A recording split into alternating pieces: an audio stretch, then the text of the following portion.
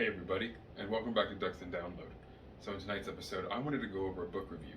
This is going to be over a Rogue One novel book, Catalyst. This is a prequel to the Rogue One movie and an absolutely amazing story if you love Rogue One. As a prequel, Jyn is going to be extremely young in this book, and it's going to be mainly, almost entirely, about the friendship of Galen Erso and director Orson Krennic. It's also an extremely important role played by Lyra Erso, Galen's wife and Jyn's mother, an absolutely spitfire, take no prisoners kind of woman to really help lock Galen's mind of science down back to the planet.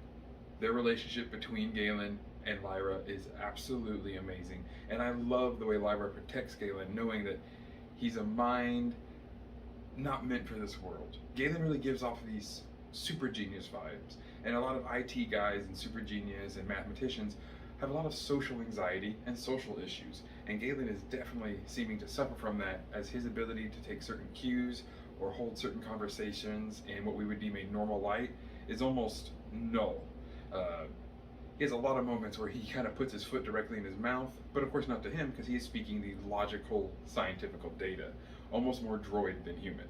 Of course, Lyra is almost the exact opposite of that, being the extreme human will and fire and passion to really ignite the coals inside of the iron heart of Galen Erso. As the book progresses, you get to really see the slimy evilness that is Krennic as the Empire takes over from its Republic roots, and the transitional scenes between that is really interesting to get a deep dive into, as of course Galen Erso isn't a Force user.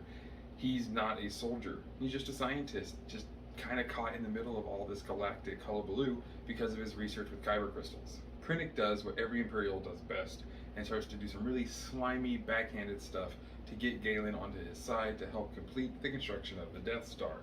We even get to see some Geonosian and other scenes in this book that really put the construction of the Death Star into a new light. There are so many cool things that this book gives us, and fun little backgrounds from other perspectives and other points of view in the galaxy we never would have gotten without the book. By the end of it, you're going to absolutely despise Krennic and his manipulative ways, hate Tarkin for being almost just as slimy and ruthless as Krennic, but the fighting between the two of them is hilarious. Very Office Space kind of water fountain bullying. It's hilarious. It's amazing. Not only is it funny, but it is absolutely cringy, and you could just tell these two old men just could not stand but to one-up one another. Things then will lead into the Rebel Rising book, where that's where Jyn spends more time with Saw Gerrera.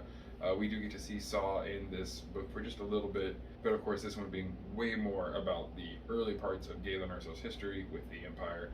I highly recommend this book to anyone who loves the transitional stage between Republic to Empire, and for anyone wondering more about Death Star plans and lovers of Rogue One.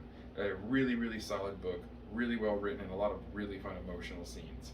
That I really didn't expect this to be a super emotional. I figured it'd be a bit more espionage and intrigue, but no, it was honestly like almost a slice of life that was super detailed and really drove me in. So I hope you guys found this book review helpful. I look forward to hearing what you like or don't like about the book down in the comments below. Don't forget to like, share, and subscribe to help this channel grow, and I look forward to talking to you all in the next episode. And as always, may the Force serve you well.